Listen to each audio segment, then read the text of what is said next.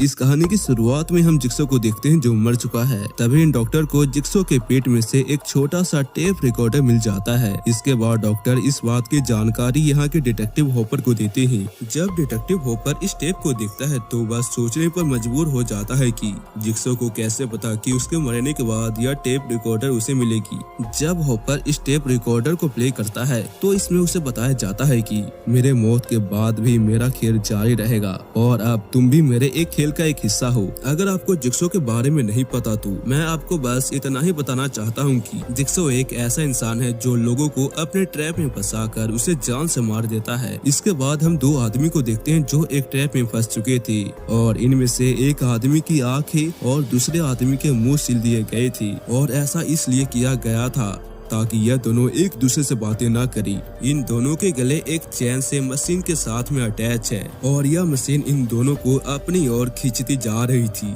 इन दोनों की आजादी की चाबी इन दोनों के पीछे है। जिसके मुंह को सील दिया गया है वह तो अपनी आजादी की चाबी को देख लेता है, लेकिन जिसके आंखें सिले गए थे वह अपनी आजादी की चाबी को देख नहीं पाता और इसी से हमें यह पता चलता है कि इन दोनों में बस एक आदमी बच पाएगा। इसके बाद यह आदमी अपनी आजादी की चाबी लेने के लिए उसकी ओर जाने की कोशिश करता है, लेकिन चाबी लेना इतना भी आसान काम नहीं था और इसके बाद यह आदमी उस आदमी पर हमला करके उसे जान से मार देता है और उसके गले से अपनी आजादी की चाबी को लेकर अपनी जान को बचा लेता है। इसके बाद हम पुलिस ऑफिसर को देखते हैं जो जिक्सो के अड्डे पर जाते हैं, यानी कि जहाँ पर पहले जिक्सो रहता है, और यहीं पर इन सभी को अपने डिपार्टमेंट की एक लड़की की डेड बॉडी नजर आती है जो इस ट्रैप में फंसकर मर चुकी है। इसके बाद हम दो सीनियर डिटेक्टिव को देखते हैं और अब ये दोनों ही जिक्सो के केस को देखेंगे। मेल डिटेक्टिव इस ट्रैप को देखकर समझ जाता है कि जिक्सो इतने ऊंचे ट्रैप को नहीं लगा सकता और उसे ऐसा लगता है कि जिक्सो का साथ देने के लिए उसका कोई और साथी जरूर होगा।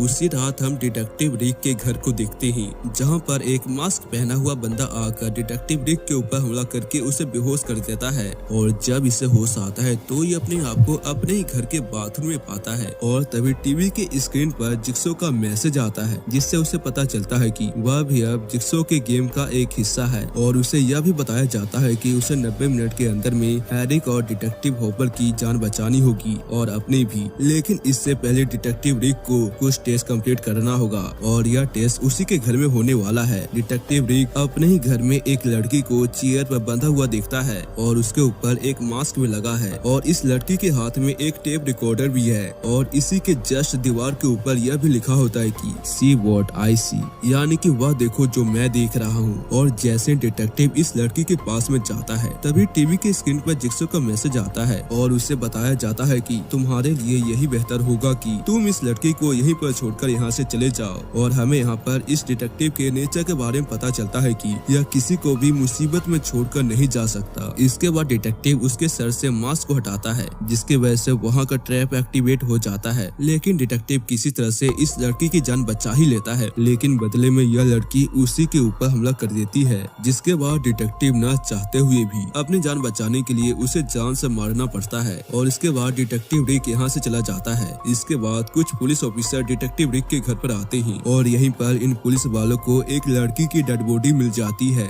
जिसकी मौत अभी थोड़ी देर पहले हुई है। पुलिस वालों को जिक्सो की एक्स वाइफ मिल जाती है और यह पुलिस वाले उससे पूछताछ करते हैं। दूसरी ओर हम डिटेक्टिव को देखते हैं जो जिक्सो के क्लू को फॉलो करते हुए एक होटल के पास में चला जाता है और वहीं पर डिटेक्टिव रिक को जिक्सो के टैप रिकॉर्डर से पता चलता है कि इस होटल का मैनेजर एक अच्छा इंसान नहीं है। इसने अपनी जिंदगी में बहुत ही ज्यादा बुरे काम किए हैं और वहीं पर इस होटल के मैनेजर के काफी ज्यादा बुरे काम के फोटो और वीडियो रखी गई थी, जिसे देखने के बाद डिटेक्टिव रिक को बहुत ही ज्यादा गुस्सा आता है। जिसके बाद डिटेक्टिव मैनेजर को एक ट्रैप के अंदर में फंसा देता है। इस मैनेजर को कहा जाता है कि अगर तुम टाइम से पहले अपने दोनों आंखों को फोड़ दोगी तो तुम्हारी जान बच जाएगी, लेकिन यह मैनेजर टाइम से पहले अपने दोनों आंख को फोड़ नहीं पाता जिसकी वजह से ट्रैप एक्टिवेट हो जाता है और इसके हाथ और पैर इसके शरीर से अलग हो जाते हैं। इसके बाद हम पुलिस वालों को देखते हैं जो जिक्सो के एक्स वाइफ से पूछताछ करते हैं और जिक्सो की एक्स वाइफ इन पुलिस वालों को बताती है कि एक दिन जब मैं क्लिनिक से काम कर घर के रात को वापस आ ही रही थी तभी वहाँ पर चोर आ जाते हैं और जब यह चोर यहाँ से चोरी करने के बाद यहाँ से जा ही रही थी तभी एक चोर ने मुझे धक्का दे दिया था जिसकी वजह से मेरे बच्चे की पेट में वहीं पर मौत हो गई थी और इसी चोट की वजह से मैं अब मां नहीं बन सकती और इसी वजह से जिक्सो ने मुझसे डिवोर्स ले लिया। दूसरी ओर पुलिस उस होटल के अंदर में चले जाते हैं जहाँ पर इन्हें एक बहुत ही बुरी हालत में डेड बॉडी मिल जाती है। पुलिस वालों को पता चलता है कि यह होटल जिक्सो के बिजनेस साथी आर्ट ब्लैंक के नाम से रजिस्टर है। अब डिटेक्टिव रिक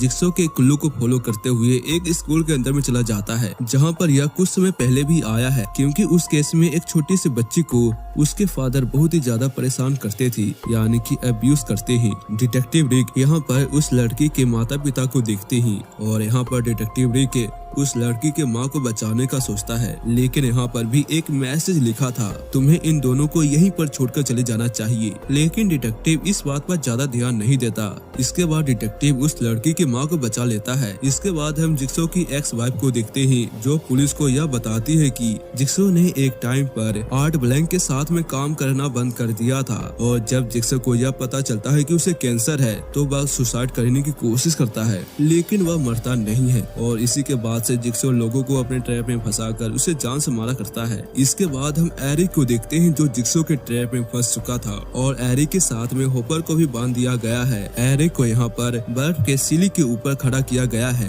और अगर एरिक बर्फ से फिसल जाएगा तो ट्रैप एक्टिवेट होकर एरिक के सर के चिथड़े उड़ जाएंगी और इन दोनों को जिसने यहाँ पर फंसाया है वह कोई और नहीं बल्कि आर्ट ब्लैंक है। लेकिन तभी हमें यह बात पता चलती है कि आर्ट ब्लैंक जिक्सो का क्राइम साथी नहीं है बल्कि वह भी जिक्सो का एक शिकार है यानी कि जिक्सो ने इसे एक ट्रैप में फंसाकर इसे कहा जाता है कि तुम इन दोनों को एक ट्रैप में फंसा दो और जब 90 मिनट कंप्लीट हो जाएगा तो डिटेक्टिव रिक इस रूम में आकर एक बटन को प्रेस करेगा जिसकी वजह से एरिक और होपर की जान बच जाएगी। लेकिन अगर डिटेक्टिव 90 मिनट से पहले इस दरवाजे को खोल देता है तो एक ट्रैप एक्टिवेट होकर सभी की जान चली जाएगी और इसके बाद हम डिटेक्टिव रिक को देखते हैं जो वहाँ पर पहुँच गया है। एरिक रिक को देखकर उसे चेतावनी देता है कि तुम अभी इस रूम के दरवाजे को मत खोलो क्योंकि 90 मिनट कंप्लीट होने में कुछ सेकंड बाकी थी। लेकिन डिटेक्टिव रिक 1 सेकंड से पहले ही इस दरवाजे को खोल देता है जिसकी वजह से एरिक के सिर के चिथड़े उड़ जाते हैं। डिटेक्टिव रिक को लगता है कि इन सब के पीछे आर्ट ब्लैंक है इसलिए वह उस पर गोली चला देता है और तभी आर्ट ब्लैंक के पास में से एक टेप रिकॉर्डर प्ले होता है और इसी से डिटेक्टिव को पता चलता है कि वह इस टेस्ट में फेल हो चुका है क्योंकि तुम्हारा सोचना है कि हमें लोगों को हर कीमत पर बचाना चाहिए जो बिल्कुल ही गलत है क्योंकि कुछ ऐसे सिचुएशन आ जाते हैं जिसमें कुछ लोगों की जान बचाना मुसीबत को बुलावा देने जैसा है